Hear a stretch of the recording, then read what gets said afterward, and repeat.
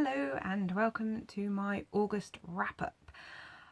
I don't know what happened in August, but somehow I managed to read 12 books, which for me is pretty epic. I think the most I've done so far this year is 8, and considering in the entirety of 2016 I read 11, I managed to do better than my whole entire year last year, just in 1 month. Anyway, let's get to it. First book that I've completed in the month of August was an advanced copy that I received at Yalc, and that is The Invasion by Peadar Ó Gillean. This is the second book in the Call duology, and this one picks up after almost pretty much straight after, not very long after the end of the Call. I'm not going to tell you too much about it because obviously if you haven't read the Call it would be spoiling it, but let's just say that I am exceedingly glad that I got hold of this arc. I really loved the Call. Peadar is a lovely man and a brilliant writer, and I highly recommend that you go out and read the Call. And this book is due out in March next year, but I really enjoyed that one. It was a 5-star read for me. The next one that I finished in the month of August was Kindred Spirits by Rainbow Rowell. It's a very short book, it's like 62 pages. It's really cute, really sweet. I'd never read anything by Rainbow Rowell before. I now own Fangirl, which at some point I will read when I'm in the mood for a contemporary, which isn't overly often, but I'll give it a go. But yeah, I really enjoyed this book. The Star Wars connection helped because I'm a big Star Wars fan, but I enjoyed that one too.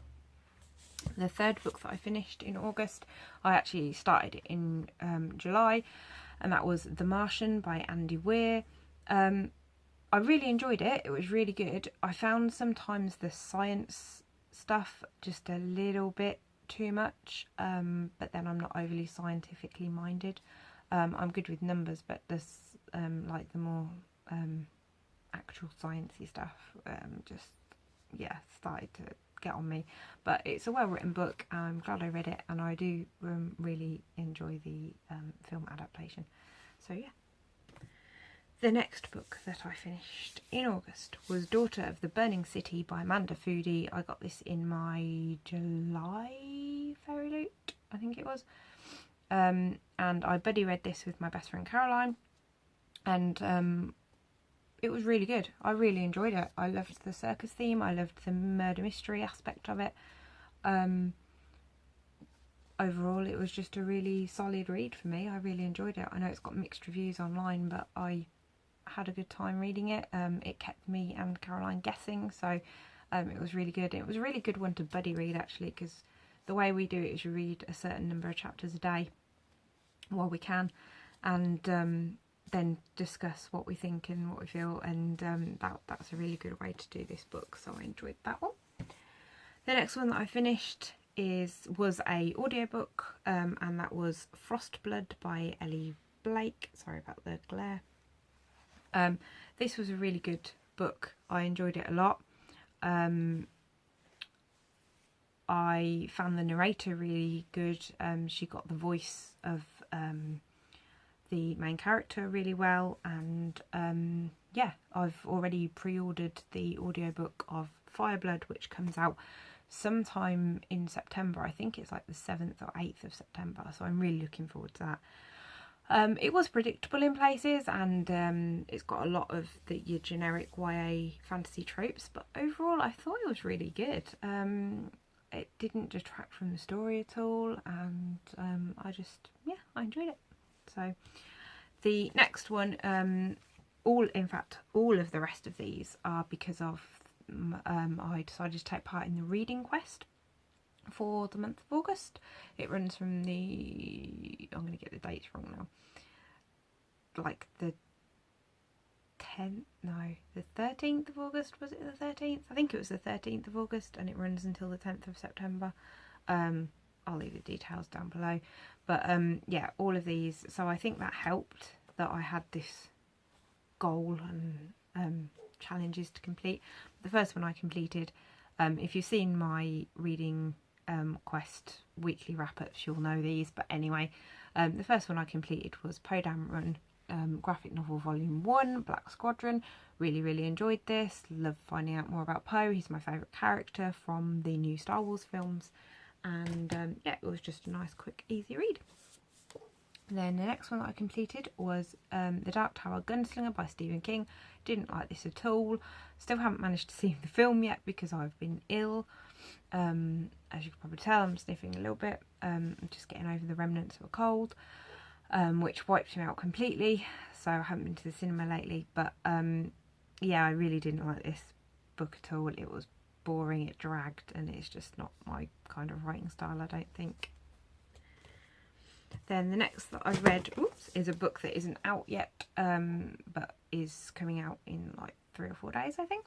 And that's The Loneliest Girl in the Universe by Lauren James. Really enjoyed this. The blurb on the back leads you to believe it's going to be one story, and then it takes a turn and twists and goes another way. I won't say too much about it.